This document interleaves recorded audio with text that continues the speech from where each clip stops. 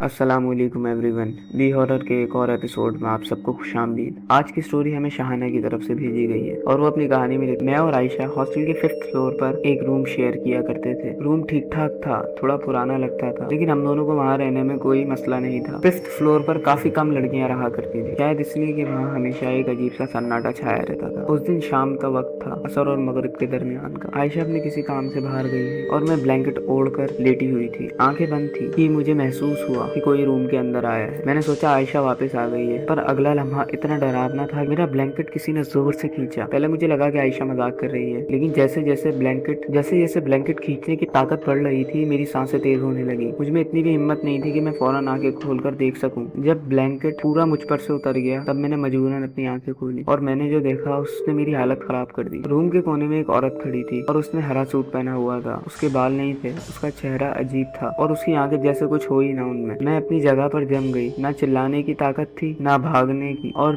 फिर वो फौरन वहाँ से गायब हो गई। मैं काफी ज्यादा कंफ्यूज्ड थी, लेकिन जब मैं नींद में से बाहर आई तो मैंने देखा कि रूम बिल्कुल खाली था, जैसा हमने छोड़ा था। कोई ब्लैंकेट खींचने वाला नहीं था और कोई औरत नहीं थी। लेकिन मैंने सोचा कि शायद मुझे स्लीप पैरालिसिस हुआ है, लेकिन अंदर से एक अजीब सी बेचैनी महसूस हो रही थी। उस दिन के बाद रूम में अजीब चीजें होने लगी। कभी मेरी किताबें गिर जाती, कभी टेबल से गायब हो जाती और जब मिलती तो वहीं होती जहाँ से गायब हुई थी, जहाँ पर छोड़ी थी। कभी रात के टाइम दरवाजा खुद ब खुद खुल जाता, जैसे हमें कोई देखने के लिए थोड़ा सा दरवाजा खोल रहा हो। मुझे समझ नहीं आया कि मैं क्या करूं, लेकिन मैं ये बात आयशा को नहीं बता सकती थी क्योंकि वो काफी ज्यादा डरपोक। मैं नहीं चाहती थी कि वो बिला वजह डरे इस रूम में और इस रूम को छोड़कर चली जाए, लेकिन मुझे शायद उसे पहले ही बता देना चाहिए था, क्योंकि जब मैंने वो रूम छोड़ा तब असली कहानी शुरू हुई। आगे की कहानी मेरी दोस्त आयशा की है। जब मैंने रूम छोड़ा था तो उसके बाद क्या हुआ। जब शाहाना ने रूम छोड़ा तब मुझे कुछ अजीब महसूस होने लगा। उसने कोई वजह नहीं बताई थी, बस कहा था कि उसका दिल नहीं लगता। मैं समझ नहीं पाई, लेकिन कि उसके बिना रहने की आदत डालनी थी। रूम पहले से ज्यादा खाली लगने लगा था और अब एक अजीब सी ठंडक महसूस होती थी। एक रात जब मैं अपनी चेयर पर बैठकर पढ़ाई कर रही थी तो एक सवाल था जो काफी देर से मुझे परेशान कर रहा था। मुझे समझ नहीं आ रहा था कि मैं कहाँ से शुरुआत लूं, और मैं काफी देर तक ऐसी कंफ्यूज बैठी रही। और फिर किसी की हल्की सी आवाज मेरे कान के बिल्कुल पास आई, यहाँ से शुरू करो। मेरा दिल एकदम से तेज धड़कने लगा। रूम में तो सिर्फ मैं थी, कोई और कैसे हो सकता, और ये आवाज किसकी थी। मैंने धीरे से अपनी गर्दन घुमाई और जो देखा उससे मेरी जान निकलने वाली थी। वहाँ एक औरत खड़ी थी, ग्रीन सूट वाली। उसके सर पर एक भी बाल नहीं था और उसके हाथ में एक गुलदस्ता था और उसमें हरे रंग के गुलाब लगे हुए थे। मैं बस उसे देखती रही। उसका चेहरा बिल्कुल एक्सप्रेशन लेस था, ना गुस्सा, ना दुख, ना हंसी,